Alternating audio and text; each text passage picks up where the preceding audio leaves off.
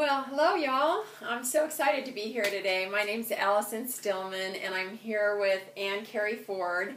And I'm really happy to be with this woman. We work together in the relationship marketing. We're with Nearium International. And we did a training about a week ago, and Ann did a phenomenal training, and I said, we need to share this. This is really good information in this particular business, this industry. It's really all about personal development and the mindset that you have. And so I am really thrilled that she agreed to do this video that we get to share with you all. So this is an amazing leader on our team. She's an incredible friend and ally in this business, and I'm really thrilled to introduce Ann Carey Ford. Thank you. Hi, everybody. I'm really excited to be here to basically share the training that I did for a group of Nearium brand partners maybe a week ago. And this is really about mindset. And, you know, it's pretty clear that in the business that we're in, mindset is everything. You know, I've heard it said, if you think you can, you're right. And if you think you can't, you're right. And it all starts with the self-talk or the thoughts that you're thinking, or the mindset is either empowering you to accomplish your dreams and goals, or it's holding you back, and that you can be your best champion or your worst enemy. Absolutely. So I think it's really important to use some of the tools that are available to us, and for me personally, I found that really being open and coachable and teachable is a fantastic attribute in this particular business, probably in every business, but it really shows in relationship marketing, I think. I agree. You know, for me personally, I have had the privilege and the honor to have two mentors in particular who are responsible for providing some of the things that I'm going to be touching on today. One of them is Mr. David Bird, who is our elite leadership coach in Nearium, and he used to work for Mr. Paul J. Meyer, who is was a billionaire, and had many, many companies. I think it was about 40 different companies, and David Bird trained the top leadership in those companies so that they had massive success.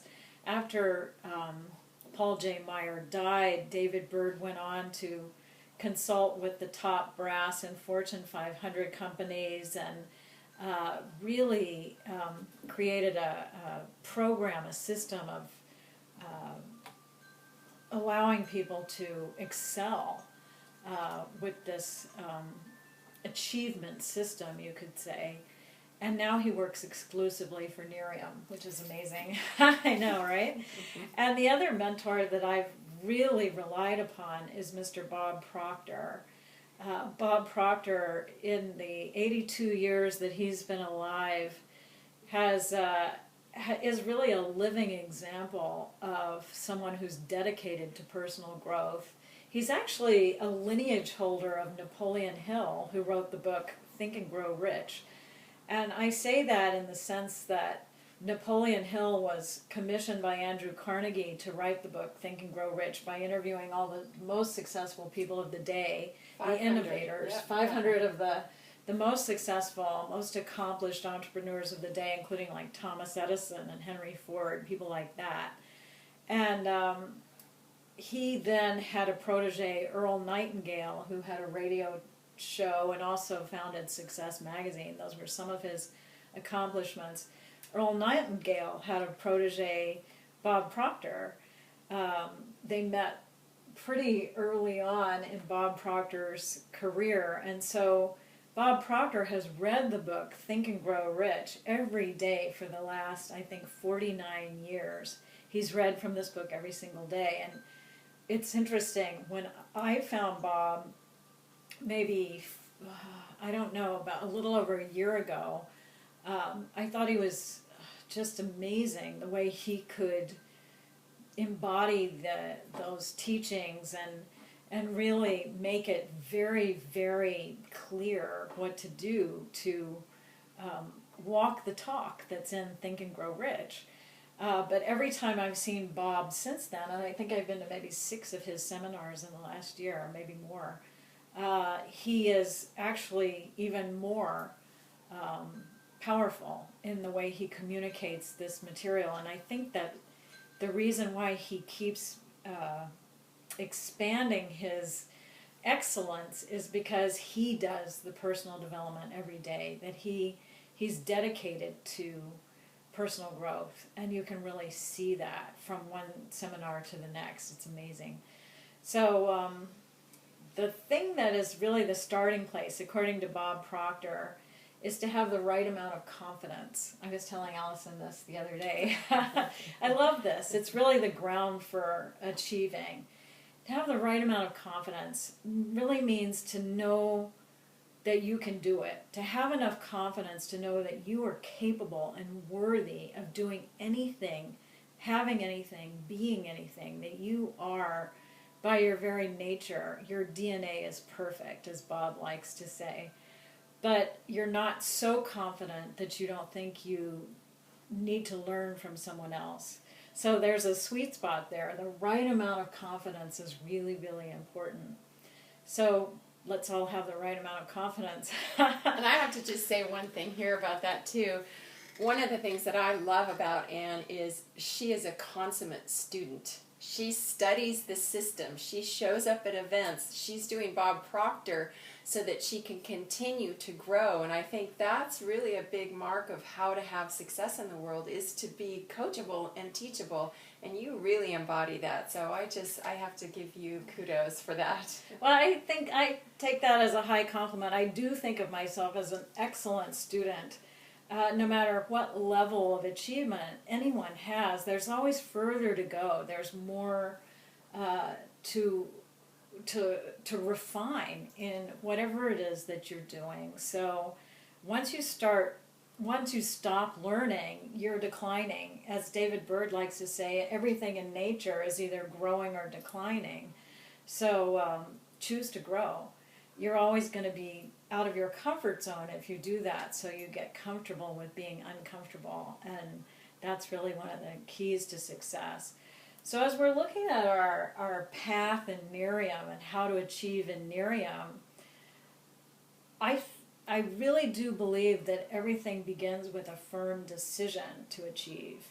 You know, that once you have that right amount of confidence that you know you can do it, but not too much that you're not coachable, then to really draw your own line in the sand and say to yourself, I am achieving whatever it is that you want to achieve. I am a national marketing director.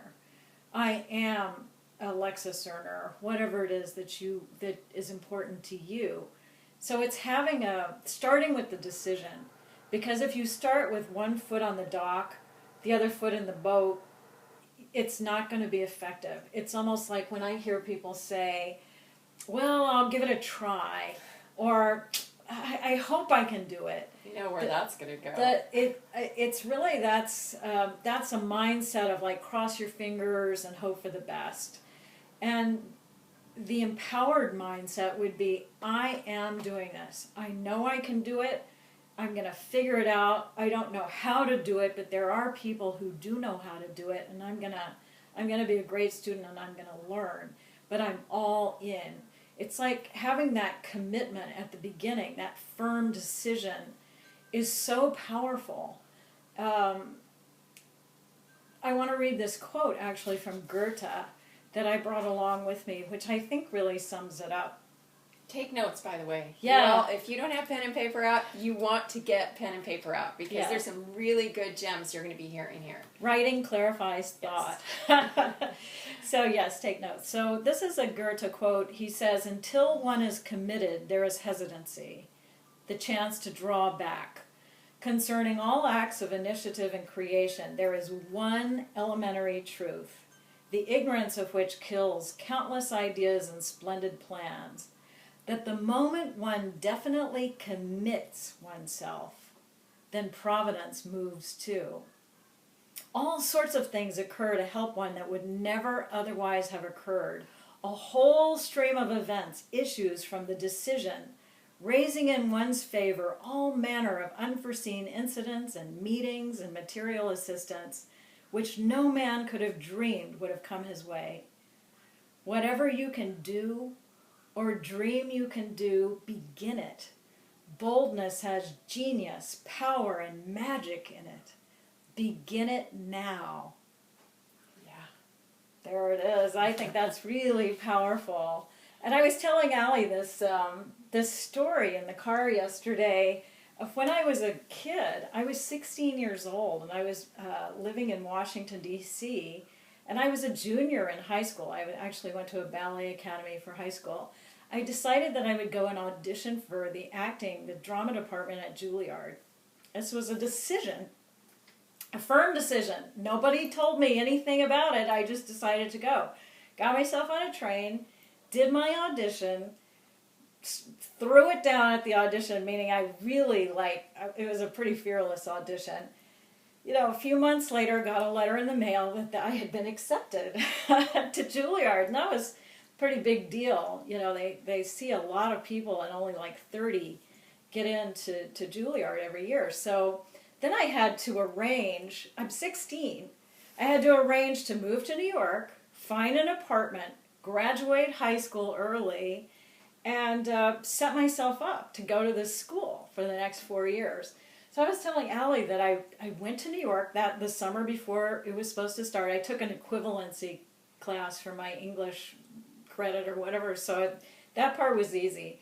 And I was walking down the street around Lincoln Center, where Juilliard is, looking for an apartment, and I see somebody on a stoop of a brownstone that I had been to school with 2 years before. 16 years old, just saying. 16. Made a decision. Right, I made a firm decision.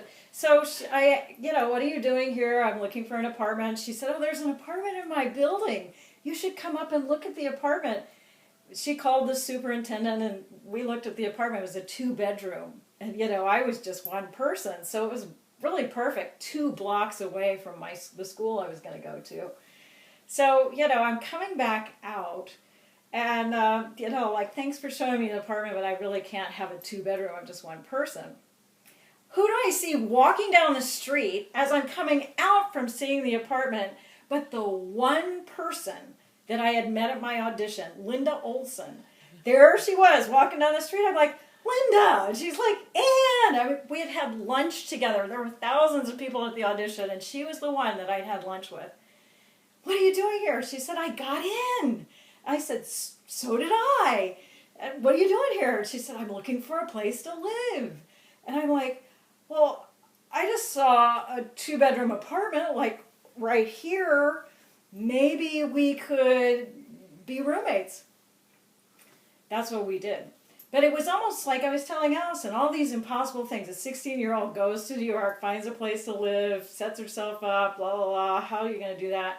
It's almost like checking off a grocery list, like milk, butter, egg, check, check, check. It's exactly what Goethe says. It's like he says, a whole stream of events issues from the decision, raising in one's favor all manner of unforeseen incidents and meetings and material assistance which no man would have dreamed would have come his way.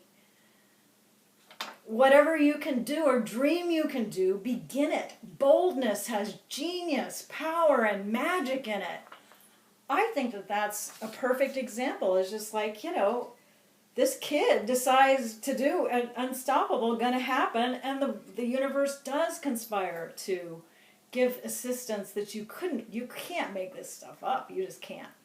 I think this is really important too, because Jeff and Mark and all of our leaders talk about our why, and if our why isn't big enough, then we don't have something pulling us towards it, and all of the universal forces aren't conspiring. I mean, this is perfect. Your dream was to go to Juilliard. Right. Most 16-year-olds aren't going to get on a train and go to New York and walk to New York and make all this happen. Right. But your dream was so big. I didn't even really care if I got in or not. I cared that I did my best. And then when I got in, I just had to make it happen. It was not like I hope, or I think, or maybe. There was no maybe about it. So that brings up an excellent point about your why, though, that you need to ask yourself, because this is really the fundamental thing that's going to allow you to either have success or peter out. And I work with a heck of a lot of people, and the ones that I see peter out don't have an effective vision statement. So this is really like the alpha and the omega of your success. Depends on the efficacy of your vision statement, and also how real you can get with yourself. Like how personal and authentic can you be about what you want. This is telling yourself the truth. It really is like you have to look in the mirror and say to yourself what you really want. Not what your mother wants for you, not what your spouse wants for you, your kids, or anybody else. What you want from this business, you know? And if I was to jump through the camera and ask you what you want, you'd probably be able to answer, you know, I want to move to a better house, I want to quit my job, I want to send Johnny to college, or whatever it may be. But the most powerful thing you can do is really expand that so that it's not only 100% compelling to you, but it's also going to be the magnet that pulls you towards success, that makes you impervious to the dream stealers, the naysayers, anything out there that might trip you up on your road to success. And there's going to be a lot of things that could definitely trip you up. So roller coaster. Yeah, it's a roller coaster. Yeah. So this is really to empower you. And this is David Bird, who has suggested writing a vision statement, writing it manually instead of typing it. This manual writing, it creates a connection between your neural pathways and your hand that the typing can't do. So I would suggest writing it with a pen and paper, and writing it in present tense as if it's already happening. So what you're going to do is you're going to picture, this is the exercise, I'm going to give you the prompts here. I hope you're listening. Write them down. This is the secret sauce, you guys. It is the secret sauce. This is the secret sauce. It is the secret sauce. This is the most powerful thing that you can do for yourself. And what you do is you ask yourself, get quiet for one thing. Don't try to do this in the middle of a busy day. Do it after everyone else has gone to bed and you're just getting really real with yourself. Ask yourself, if time and money was absolutely no object, and you had all the time in the world and all the money in the world, all of the money in the world, what would you love? What is the life that you would love? Where would you love to live? What would you love to have? Who would you love to be? How would you love to spend your time? Who would you love to help? Where would you love to go? What would you love to do when you got there? What would you love? If you could picture it, like really picture it, like maybe it seems very far off, you know, and huge and amazing. It's your dream. You know, think of it this way. This is the life that you've been put on this planet to live. Unencumbered, uninhibited. You can do anything with your time. What would you love to do? Who would you love to help? How would that feel?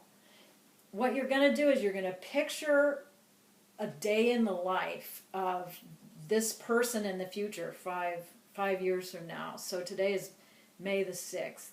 So it would begin. Today is May 6th, 2021, or 5 years out from whenever you're watching this video. Today is, 5 years from whenever you're writing this. And I am, and then you walk around in that life. Walk around in it so that it becomes like your imagination is going to fill in the details that are going to grip you. They're going to grip your heart. They're going to pull you into that picture. If you can conceive it and you can believe it, you can achieve it. So the whole idea here, according to Bob Proctor, who I just love.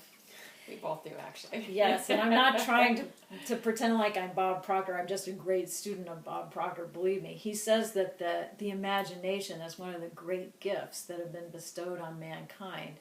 So use yours. Not to picture all the things that you don't want, but to picture this amazing, empowered life of what you do want.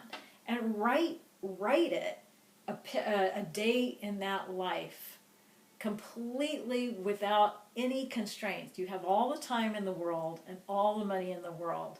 If you're in a different house than the one you're living in now, walk through the house in your imagination. Look out the window.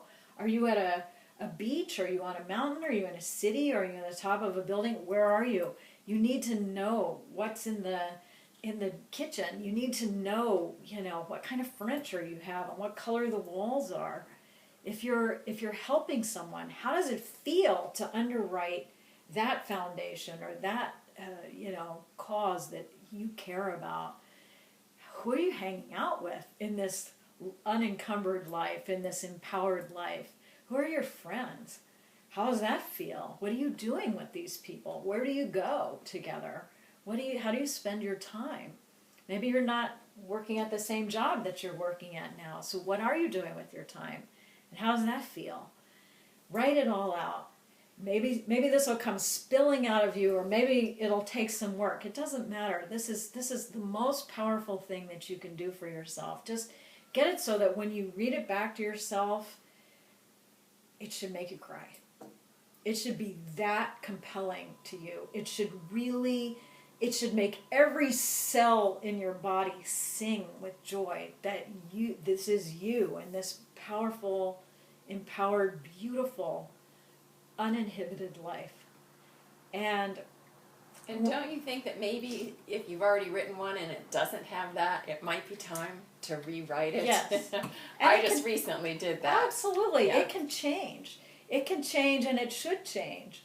But the whole idea, and this is not a creative writing exercise, this is really to get you picturing the life that you can't see or hear yet. Most of us live our life according to the conditions that are around us. But the whole idea here is that when you read this, you're giving yourself, you're setting your sail. You're telling yourself where you're going. Almost like, I like to say, a declaration of independence. Like, this is where I'm going. And you read it out loud every morning, out loud to yourself. Declaration of Independence. Every day. If you want to really double dip, read it again at night, right before you go to sleep. This is when your subconscious mind is really the most open, the most vulnerable to suggestion. Because what you're going to do is, if you picture it over and over and over and over, it starts to become real. And you're telling yourself where you're going. And it starts to become so compelling and so vivid that you're going to be moving yourself from where you are to where you want to be. Feel it emotionally in your body, yeah. And then it becomes an attraction. That's right. Magnetizing it towards you. Right. And who are you in this picture of your life? Who is this person? It's not the one that you're walking around with now, today. It's the one that you're going to be living in this future version of your life. The really, really expanded version. Sometimes we have to act our way into actually feeling it in our bodies and feeling the vision. But it starts with knowing what that vision is. Because if you're unclear about that or wishy-washy, well, it'd be nice to have a yacht, but I don't know, it's just that's for other people or whatever, then it'll never happen. But if you're really clear about it, like, I've always wanted to live on a boat, and I know where I'd go, and this is how it would work, and my friends would get on, and we'd do this, and we'd go here, and then I'd get off, and I'd do this. Then, as David Bird puts it, most people plan their vacation better than they plan their life. So if you're really okay with just living the way that you're living now, and you want for nothing, and you really don't have any like desires in your heart that haven't manifested yet, then don't do this. But if there's something in there that's saying, I think there's more, I think I have the potential to do more, or be more, or have more, or give more, that expansion is actually, according to Bob Proctor, your higher self calling you to this success that you can have, that anybody can have. So you're empowering yourself by reading your own vision statement to yourself over and over. Write it in present tense as if it's already happening. Write it with a pen and paper. As soon as it loses its luster, rewrite it. And don't leave anything out. I don't care how practical or impractical it may seem. That's not the point. The point is to make it personal for you and to include the emotional content, as you put it.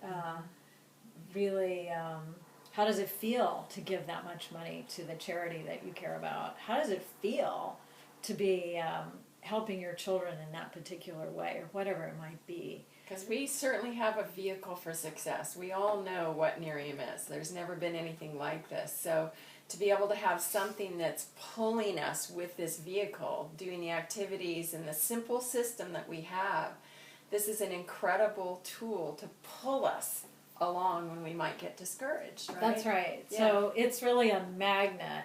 It's a magnet for, they say the bigger the how, the bigger the why, the easier the how.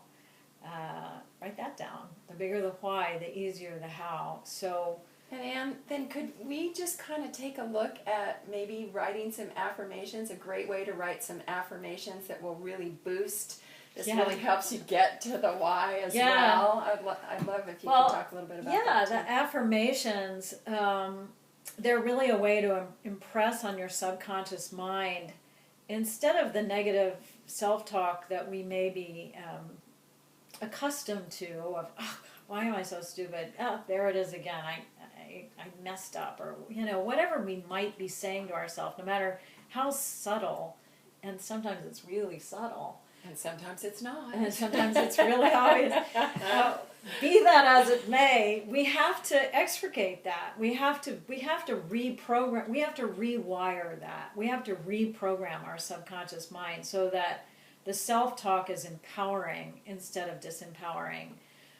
The word abracadabra actually means I create as I speak, which means not just speaking the way I'm speaking to you, but how are you speaking to yourself here? How are you speaking to yourself? However you're speaking to yourself, you can change the tape, so to speak. You're not stuck playing the same thing over and over. Those are just neural pathways that you've kind of made a big groove in your mind, and that's used to connecting that way. So old habitual thought isn't going to leave without a fight. That's why you need to have affirmations that you handwrite every morning, or that you say aloud, or that you record your own voice in your phone and play back to yourself. You can put Post-its around, whatever. It's a way to imprint on your subconscious mind the things that are actually going to empower you instead of the things that disempower you. I think, Jeff Olson talks all of the time about the untethered soul and the little voice in your head that says, no, don't go talk to that person. They're going to think you're a weirdo, aka Jeff Olson, right? So how do you change that little being that sits inside your head and says, you're not going to do this, you're not going to be good, you're never going to have success at You're this. not cut out for this. Right? How do you change it? This is a really, really incredible way to be able to overcome that little voice that tells you, no, you're not good enough. So I brought some examples here. Now these are examples that I just made up off the top of my head, which I feel are some of the things that may be holding people back from having a success mindset in our company, in Nerium. I think you should write your own, though. So this is a Bob Proctor exercise. You start with a pen and paper, always. Not typing, pen and paper. And you write, if you had a magic wand, what would be the things that, if you could change just by going whoosh, you know that you would have instant success in this business. If you could change this, this, this, and this, wow, it'd be obvious you'd be a 5-star national marketing director. So once you've made a list, and my list was pretty honking long, I tell you what, I had to change this, whatever it is, then you circle the top 2. So I just made a list of, I think I have 7 or 8 here. And what we've got, if you can see the top, these may be things that are holding someone back, okay? So feeling unworthy, like, you know, I just don't think that I'm as smart as that top ranking person, so I don't think that I'd really be as successful as she is. Being shy, I can't talk to people. That was definitely me. Definitely me. Viewing obstacles as problems or indications that you're not really cut out for this. That's an interesting one because I kept reading in Success Magazine how successful entrepreneurs would always look at obstacles and setbacks as this like way to persevere, and they looked at them like gifts. And I'm like, I don't look at them like gifts. I look at them like examples of how unworthy I am. Back to number 1, you know, how I'm just not cut out for this. So I wanted to change that up. Critical of others, I think that speaks for itself. Unfocused, unsure what to do. Maybe you're really motivated to want to have success in this business, but you're just a little lost. So like, I don't know if I can really get clarity about what to do like today. Micromanage, that's for someone who has a team. They tend to maybe want to show everybody everything all the time. Well, here, don't do it like that. No, you should say it a little more like that. Micromanage, being overwhelmed. That we call that the O word. Overwhelmed is just like you have a list of 60 things that you know would move your business forward, and you can't do any of them because there's 60 of them, and you only have half an hour. Yeah, where do I start? And then the last one, which is something that I think is a really disempowering belief, is maybe it's a subtle tendency to think this. If I have success, it's going to be stressful. I'm never going to see my family again. I'm never going to have any fun. I don't know if I really want that, so I think I'll just hang back here in my comfort zone and never really even find out. It just seems like it's just going to be too much. Okay, so what I'd suggest we do, let's keep holding that for now, is I wrote an empowering affirmation that's going to conquer each and every one of these disempowering beliefs, okay? These are examples. I'm not giving you a script. I think you should come up with your own disempowering list and then just use these as examples of how you can take a quality like feeling unworthy and spin it around so that you're actually writing the opposite of that in the most empowering way that you can possibly think of. So for I am unworthy, I'm feeling unworthy of success, the empowering affirmation would be, I am so happy and grateful that I am 100% competent, worthy, and capable of accomplishing all my goals easily and effortlessly right now. So wow. Always start with, I am so happy and grateful. Always start, make a note of that. I am so happy and grateful that, la la la la la. And you can always add at the end, easily and effortlessly, because somehow we've kind of been programmed that if something's big and wonderful, it must be really difficult and take a really long time. And that's not necessarily true, is it? Where did we get that story? Let's change that up. Let's do everything easily and effortlessly. So, also, use really, the cat wants to be in the shot. We have a kitty trying to get in the middle of all this. So, we're real people, real science, real results, by the way. So you want to use the biggest, most powerful, empowering words that you can think of. So 100% competent instead of just competent, you know. So number 2, shy. This was one of my big ones. This was one of the 2 that I circled in my list of things that I would change if I had a magic wand. So for shy, I wrote, I am so happy and grateful that I am a master at creating immediate rapport easily and effortlessly.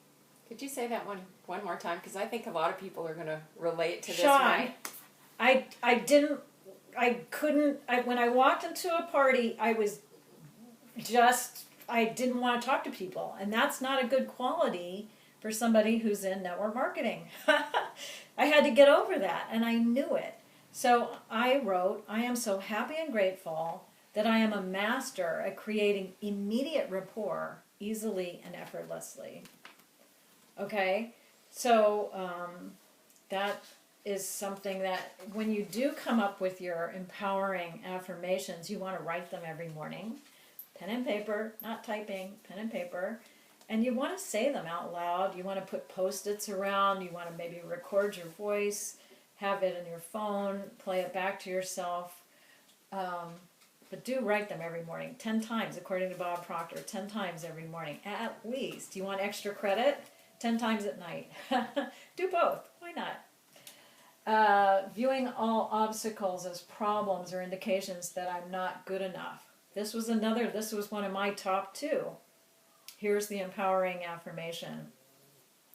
I am so happy and grateful that I am a master at embracing all obstacles and setbacks as golden opportunities to learn and grow.